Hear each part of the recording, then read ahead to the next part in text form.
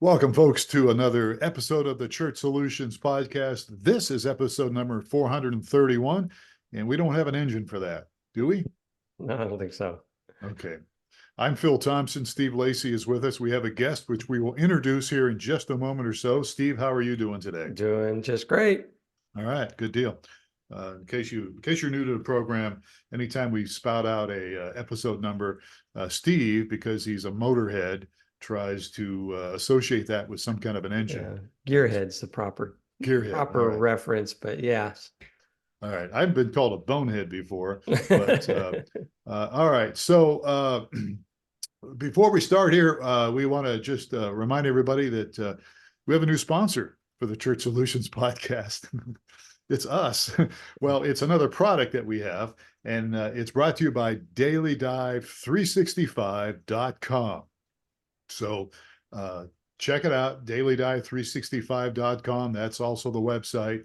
It's preach once, inspire daily, from sermon to daily message in a tender's pocket in minutes. And we actually just did a webinar yesterday on that. And if you want to look at that webinar, a little over a half hour long, you can learn more about dailydive365.com by going to streamingchurch.tv/webinar. Did I get that right? You got it. All right. Well, that's good. Okay. All right. So today's guest is a seasoned freelance video producer, and he's got over 15 years of experience. In 2015, he co-founded Appian Media alongside his business partner, Stuart Peck. They were driven by a shared concern for the lack of engaging biblical media for young people. And their vision was to bring, to bridge the gap between youth and Bible study through professionally produced, accurate, and free content. And since then, Appian Media has produced multi-award-winning series, some podcasts, workbooks, and children's videos. They've reached millions of people worldwide. Please welcome Craig Dehut to the Church Solutions Podcast. Craig, how are you today? I'm doing great. Thank you guys for having me. Yeah, we're glad to have you here. So I was going to start off. Steve and I generally will banter back and forth and ask questions. We generally step on each other. But I was going to start off by asking what Appian Media was, but I realized after I read your bio, I probably answered that. But here's my leadoff question to you. What was really the spark plug that ignited this vision? Okay, I mean, most of us realize, yeah, there seems like there's a gap between the youth and biblical stuff. But what was it that really? I mean, did you just wake up one morning with this passion? What happened? What was your vision, and how did that thing get going? I typically credit it to coffee, and really what that was is myself and Stuart Peck. We had both kind of moved to the Indianapolis area around the same time. Didn't know each other at all. But someone had said, hey, I know this Christian creative and you guys should have coffee. And I'm always up for doing that. And it didn't take very many meetings with Stuart to hear him express a lot of the same concerns that I was having. He was in the middle of teaching a high school Bible class and was looking online trying to find video that he felt good about sharing in the class that was well made and actually kept the kids' attention. And he said, it just struck me that oftentimes they would come into class and we would say, put the phones away, put the tablets away, and let's open the book. It's not disparaging at all against the book. The book is obviously the method that God chose to communicate through millennia. It's worked. But kids especially, but all of us really, are learning in a variety of other ways too, through video, through the internet, through media, through podcasts.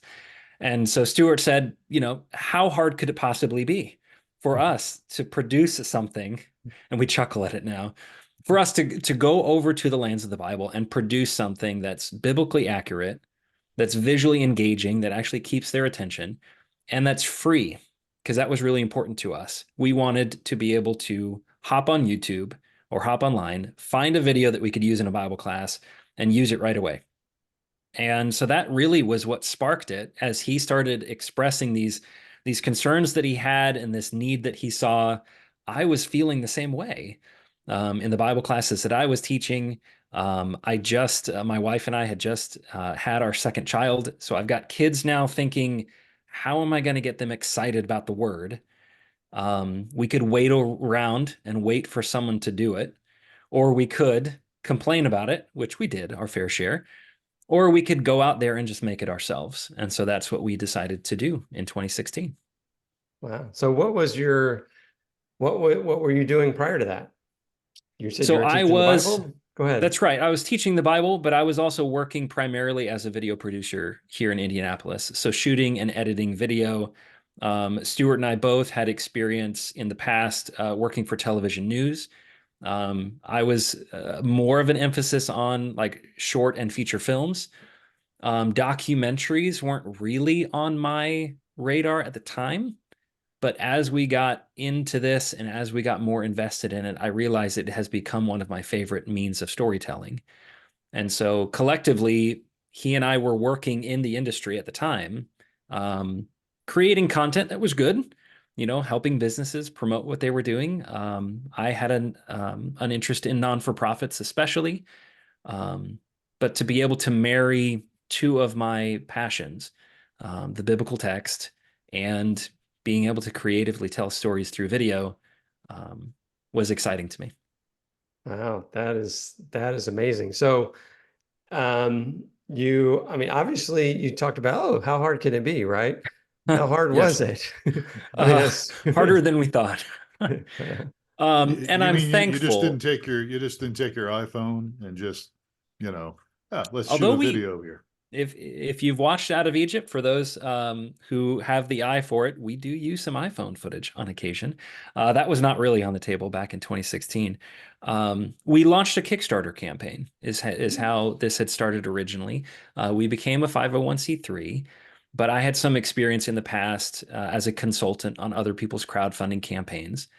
And we asked for $40,000, which was not nearly enough, but it's what we felt comfortable asking for. And we raised 65 in about a month. And that wow. financed a trip of about 7 or 8 of us to travel over to Israel for 2 weeks and shoot and then edit 5 episodes of what we now call Following the Messiah, which was following the path of the life of Christ. Wow. So, wow, that's pretty amazing. Yes. Yes. We still look back at it and go, And the there were vision other back, things at work here, right? the vision at the time was to, I mean, the same vision you have today, which we want to be able to reach kids with some compelling media, biblical media. That's There's a right. gap there. Yeah, So, and it started with identifying it first in high school students. But once we released our very first video, we realized it wasn't just high school students who felt this way. We had adults who said, I've been a Christian for decades. I'm 70, 80 years old now, and I've never seen the Bible this way. And so we very quickly realized this is not just something for young people. This is something for anyone who's interested in the Bible, bringing the right kind of visuals in their minds as they study.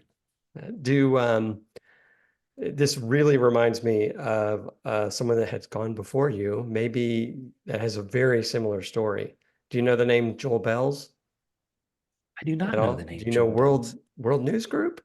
I do, yes. Yeah, that was, I think it was founded by Joel Bells. He recently Okay. passed away. He was teaching fifth graders at Sunday school, and there was just they needed, he felt like they didn't know what was going on in the world, and there was no appropriate news source for them. Mm. So Hmm. he founded World News Group, which has blossomed into quite a a media operation, and Oh, they're yes. doing. Yeah, you're familiar with World then, I huh? am, yes. Yeah, we've been blessed to attend several homeschool conferences over the last several years. Our content, no surprise, has become very interesting in the homeschool community, and have been able to meet with them. Their booths are always incredibly impressive. They put out a really good product. Yeah, I've folded into my morning routine. They started a video news watch that's geared for, I don't know, fifth through eighth graders or something like that. But kind of like what you were saying earlier is I watch it every morning. Mm. It's just a 5 minute kind of highlight of the news and kind of just interesting world news stuff, and it's got some fun kid stuff in there as well. So yeah, that's so the target is really it's I guess they made popular TV shows out of this thing. Am I smarter than a fifth grader? Everyone kind of comes down to if you can target something for that group, it's going to appeal to just about everybody. That's right. They are far smarter than I think we give them credit for. And what we were able to realize with some of our earliest content is um, we do our best to pack it full with as much as we can. And maybe upon their first viewing of it, they don't get it all. But we want them to watch it again, and we want them to watch it and then go, okay, now I want to read the Gospels, and I'm reading it differently, I'm seeing it differently, and there are layers and levels to it, and so that's our hope with what we produce. I So want to talk us through one of it's kind of a documentary type. What's the style of it? Can you kind of give us an overview of what one of the episodes might be? Absolutely. We've adopted different styles. The first couple of series followed very much.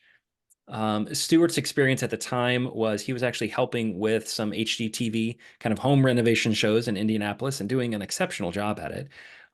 So following people as they do, in that case, the work, what we chose to do is we had a couple of hosts who led us through the biblical lands, and they would walk and talk through it. It was very important for us not to simply have a talking head with Jerusalem just in the background somewhere.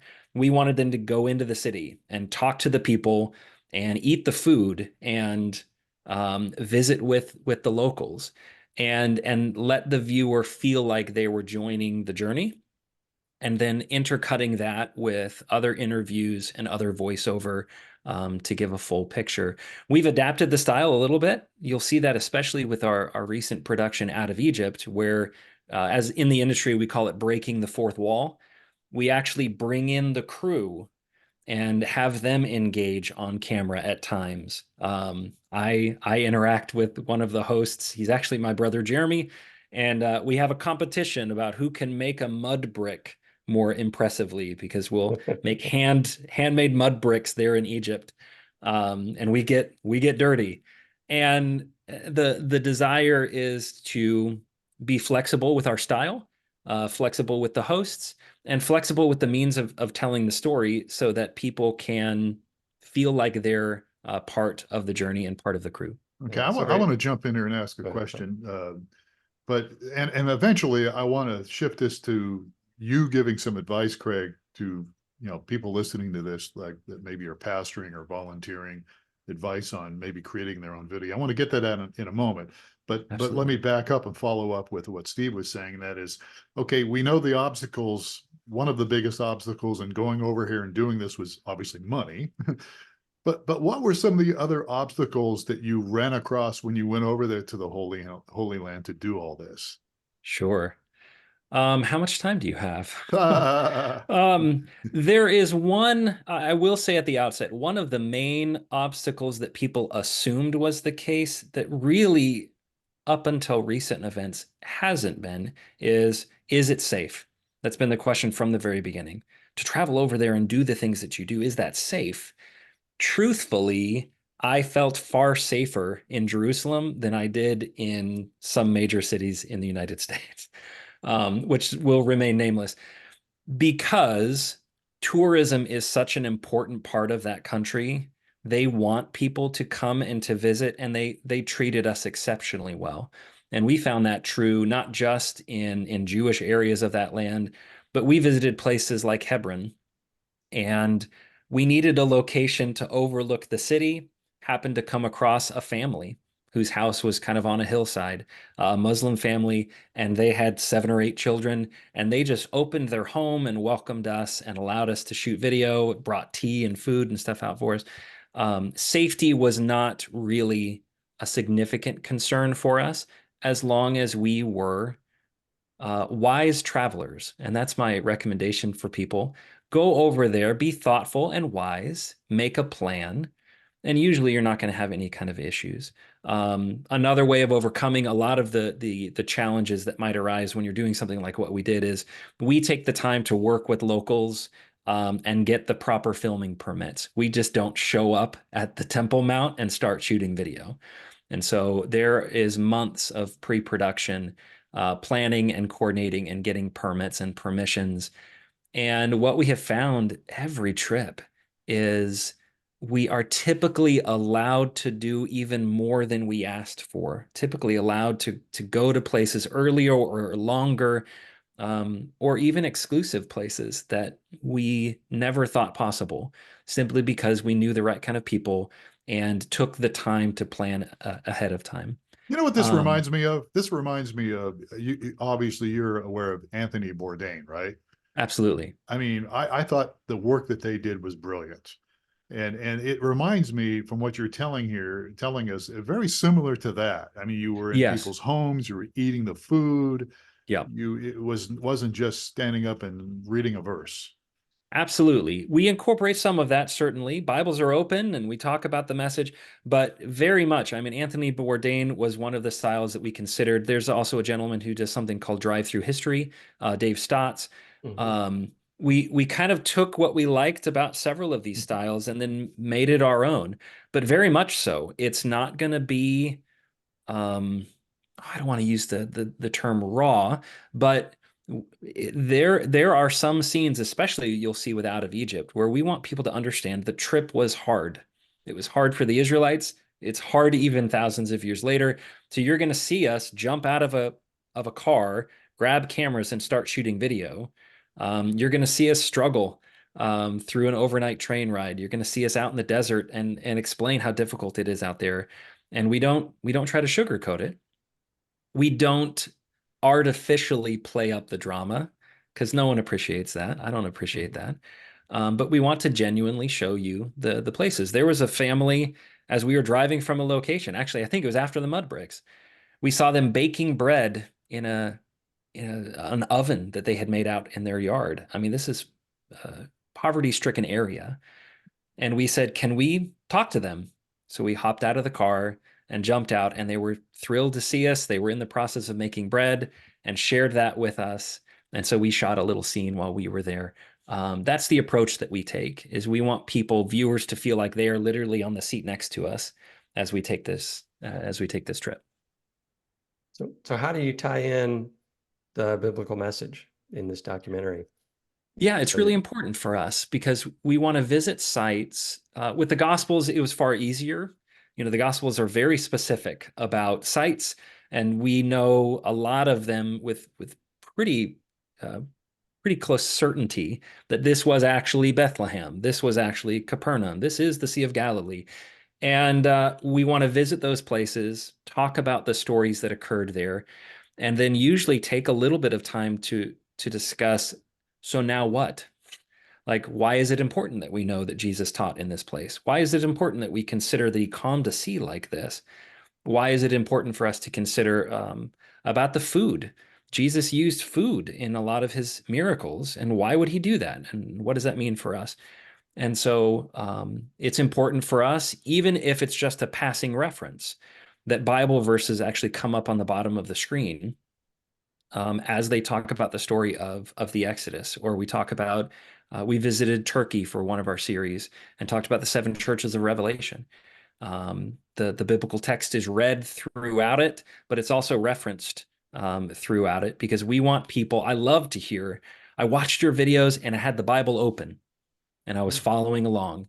Not that obviously we're going verse by verse, but when we talk about the church and we talk about, you know, what was Ephesus struggling with in those first few chapters of Revelation, we want people to have that passage open and reading it, to tie it together. It's not just a history show. It's not just about geography and culture, but it's about what it means for us as Christians, and what the biblical text is supposed to do for us as we read it. Yeah. So you mentioned earlier that the vision was to be able to go to a classroom and pull up a YouTube video that was appropriate. Was that your target, or were you looking to create? Well, you have your own media company. Right. create your own media company? And I mean, what was the vision for the distribution of the content? That's a great question. It has changed a little bit over time. It has always been our intent to make it available for free. That's part of our mission. It's part of our core values. YouTube wasn't on the table at the very beginning. Originally, we thought we're just going to send them to our website, appianmedia.org. People can come, and that'll kind of be eventually a library of content. And that is still available. People obviously come and consume our content that way. You can preview all of our podcasts and videos from appianmedia.org. But what we realized pretty early on is we don't want to necessarily be the distribution company. We want to be the creators. And so we have partnered with other organizations that are very good at distribution. And so our content is on places like PureFlix and Right Now Media and Faith Life TV and YouTube. They're a great distributor of content. When people go and look for this is actually where we first started looking for it. We want to go to where people are already gathering and looking for this. We want them to be able to find us. And so that's been our view from the very beginning. That even meant, contrary to my preferences, that we started producing DVDs early on because they said, I understand it's for free to watch online, but where can I buy the DVD? And so we made DVDs and Blu-rays. I'm excited to say that we're working our way out of that. But it's always been our goal, that our content is where people would be looking for it. Yeah. Were you able to, do you license the content to some of these distributors? We do. Yep. Okay. So they're paying a licensing fee, but you're primarily relying on donors, coming to the appianmedia.org That's right. website to donate. Okay. So that's the main funding source. Yes. That's our main funding source. All right. I'm a big Roku and Apple TV guy, and I installed Redeem TV not too long ago. And Okay.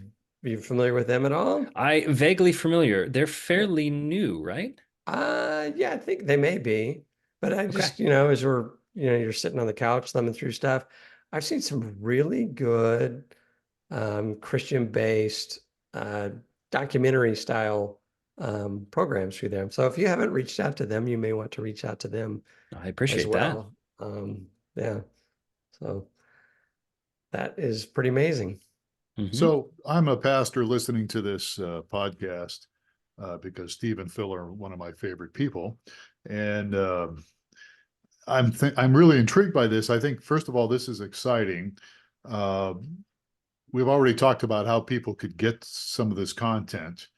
But what about if my youth group or there's some young people in my church that, hey, we want to do videos too. We want to reach our generation. What advice would you give to some people that are aspiring videographers? Oh, that's a great question. So part of my job over the last 5 or 6 years is I have found opportunities to train high school and college age kids in the art of filmmaking and content creation. And many times they feel intimidated to even try because they think they have to start with the gear that we use. And it's not true anymore. I'm glad to say it's not true anymore. You start with the camera that's in your pocket, because nowadays the camera that's in your pocket is unbelievably impressive. I graduated from film school in 2007. We were barely taking photos on our phones, and now we're shooting 4K, 8K video on your phones. Start with what you have is usually my first piece of advice. Start with what you have and learn to use it in a way that is professional, because it's not as easy as just pulling it out and shooting video. You need to learn some things as far as composition and lighting and how to tell a good story. So regardless of the tools, learn to tell a good story. Get a microphone. It's usually my first recommendation for churches that want to live stream or create their own content. We are far quicker to forgive bad video than we are to forgive bad audio. Yeah, we beat And that so, drum a lot here because you right? obviously with streamingchurch.tv, that's one of the things we run into all the time is audio. Yeah. But go ahead. I'm sorry. It's true. Well, and I think we all like I worked in radio in high school. It is so important that it sounds professional. And so starting with those two things, and if you're able to do that, you're not spending very much money at all. And then start with what you know.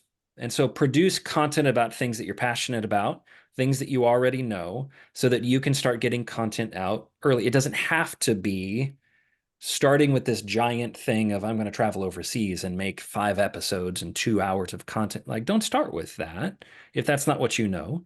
For some of us, I had never traveled to Israel before.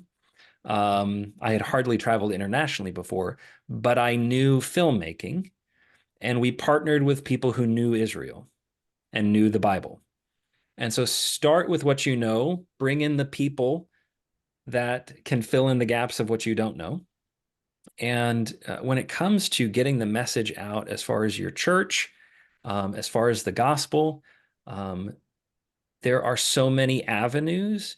I think one of the temptations is to try them all at the same time.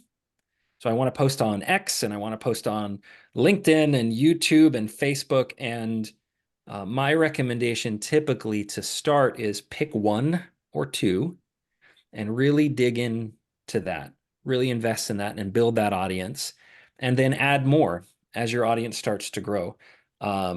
If TikTok is your jam, maybe that's your jam. Like, I haven't heard of a ton of churches, but I would love to hear from them if they have, that have found a lot of success on TikTok.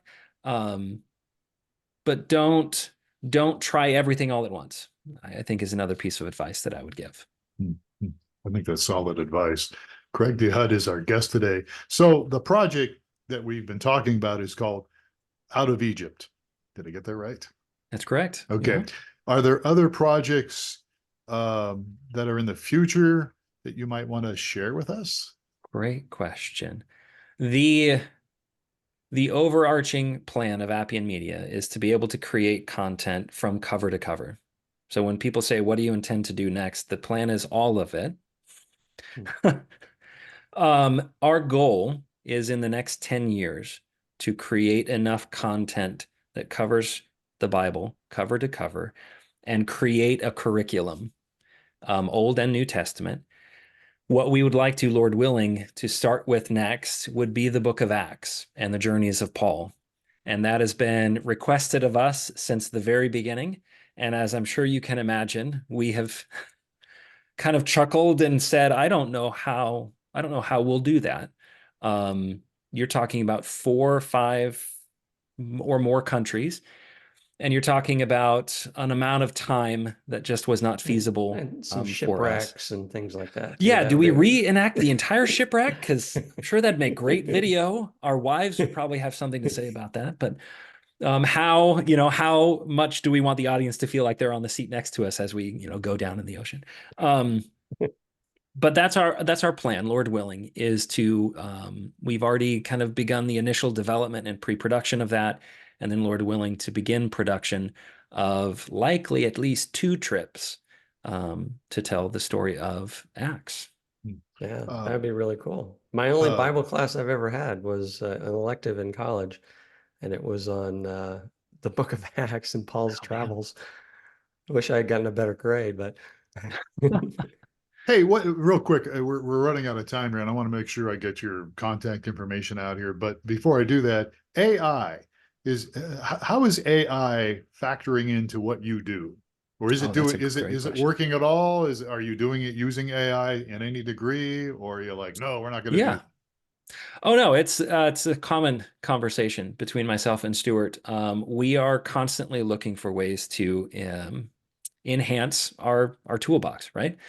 AI, what I can tell you right now is, as what we're using it consistently for are things within like Premiere Pro, where we do a lot of our editing, where we can enhance the audio and clean up audio using AI. With it, it is astounding how clean we can use something that used to be, I would never broadcast that, and now I can use AI.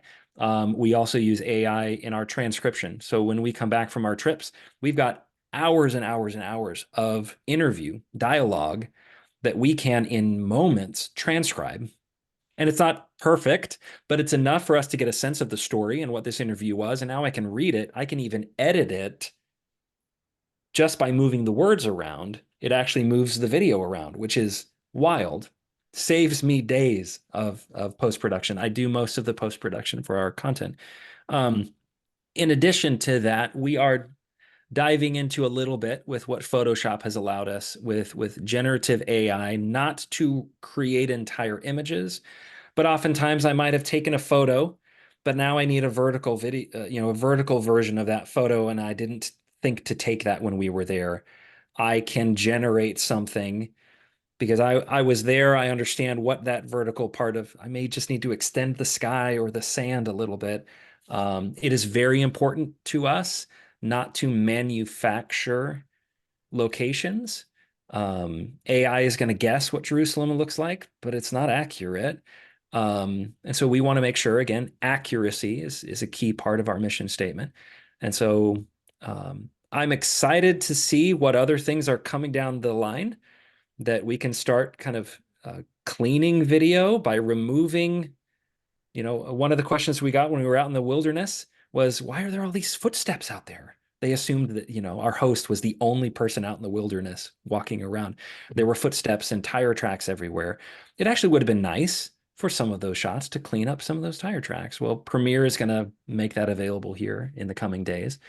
So cleaning, enhancing, tweaking. I've not yet used it to create or generate something from nothing.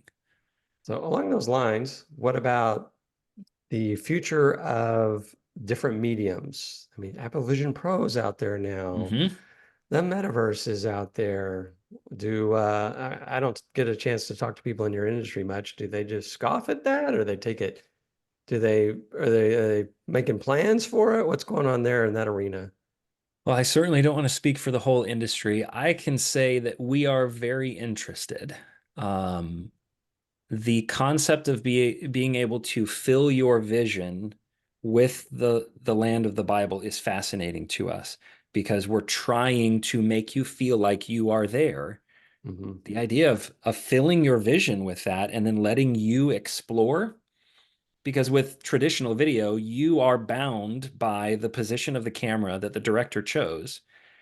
And you only get to see what the director decided to show you at that moment. But 360 video and the video that you're able to consume on the Vision Pro has always been fascinating to us.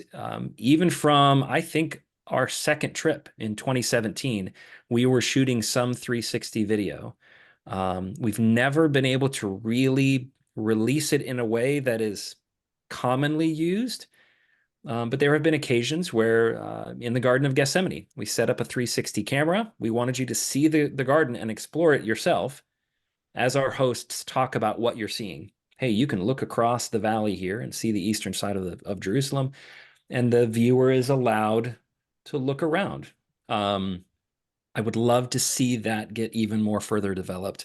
So 360 video is something that we've actually been doing from almost the beginning. Okay. Wow. Interesting. Fascinating stuff. Hey, so Craig Dehut's our guest today. We're out of time. How can people get a hold of you, Craig?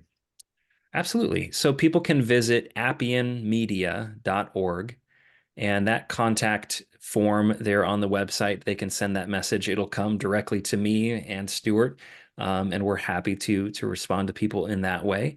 You can find me personally at Craig Dehut on most social media channels. For better or worse, as far as I can tell, I'm the only Craig Dehut on the internet, which works in my favor until I commit like a heinous crime, and then I'm going to be really easy to find. But people are welcome to reach out to me on social media or things like that. And that's probably the best way. If I was 15 years old, I would be saying, I want to work with this guy. Do you guys have internships at all? That's a great question. We are beginning to entertain that idea. We have commonly brought at least one production assistant on our trips with us. And we've had as young as a 13-year-old with us on one of our first trips. And so our recommendation is, again, using that contact form on the website, send us a reel and send us a resume. And sometimes 15-year-olds have impressive reels and resumes. And I would love to see that and engage with people like that. I'm not 15, but I'll get right on that. So Please do. all Yeah. right. All right. Well, look, we're out of time. We've gone over time, but I found this very fascinating and just a great interview. Craig, thank you so much for spending some time with us today on the Church Solutions podcast. I'm glad to do it. Thank you all. All right. On behalf of Steve Lacy and the whole team here, I'm Phil Thompson. Be sure and subscribe to the Church Solutions podcast if you have not already. And we'd love to hear from you. Please take care of yourselves and each other, and we'll catch you again next time on another episode.